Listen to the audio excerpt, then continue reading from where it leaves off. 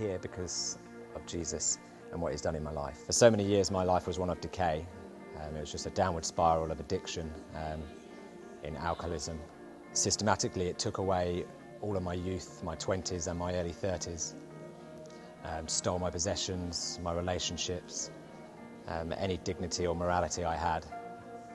It took everything from me. I know during those times of my addiction that I laid so close to death. It was a really dark place that I was in.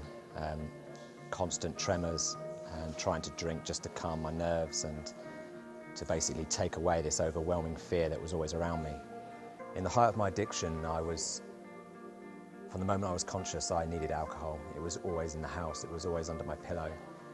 If I didn't have it to hand, then I would go out and I would get it. I tried to seize every pleasure the world could afford me. The jobs, the money, anything to try and fill this hole.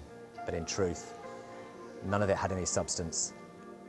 And every time I tried to fill it, all I had was a heart that was empty. When I look back over those dark days, I can see now where I am today, where God was trying to help me. The Bible for me today is a living word. It breathes God's word.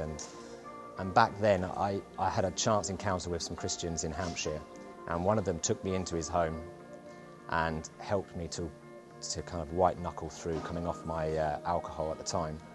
He marched me into a bookshop and said to me he was going to buy me, I was going to spend £5, and it was going to be the best £5 I ever spent, and getting the Bible. I decided to throw everything, all caution to the wind, and I just left for Africa and went travelling around, but I took that Bible with me and I laid it under my pillow at night. I gripped it in my addiction, I screamed at it in my recovery. I just held on to it for dear life, but in truth I never actually opened it. But eventually more and more the Bible replaced the bottle that was under my pillow each night. When I came back from Africa, I met someone, and she was a Christian. And I remember standing listening to worship, and I come from a music background and playing in bands, which is where my drinking addiction probably was the worst environment it could be. But I remember standing there and thinking to myself, this is absolutely terrible. I just can't relate to it at all.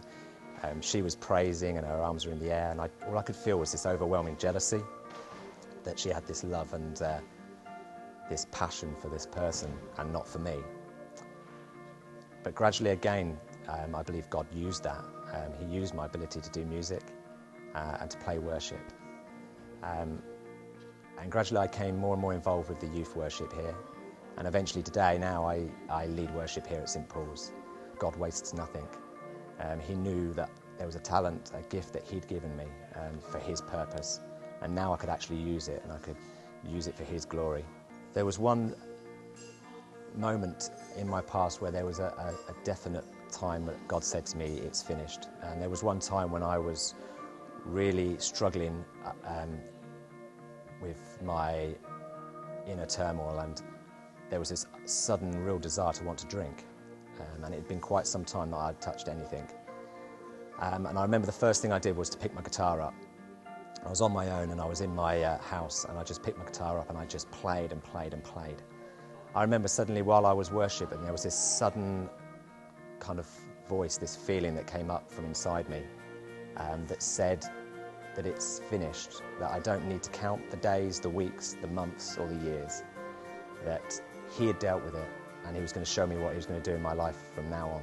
It was an amazing moment for me, and it was a real kind of clarity that God was in my life, that I'd come and I'd met with him, and that my addiction had been dealt with by him. I have a past, and the past doesn't go away every day. Some days are harder than others, but that past doesn't define me anymore. I bless those days because it was through those days that I was brought to my knees, and on my knees it was then that I met my King. I find my purpose now in Jesus and what he does for me. And the biggest thing that I have in my heart is to actually help others to free themselves from their addictions. We often want miracles, we all want to see miracles, but for me I just know that every day thousands of miracles are happening, because when people come to know the Lord and they die to their own will, to themselves, they can actually rise again in Jesus.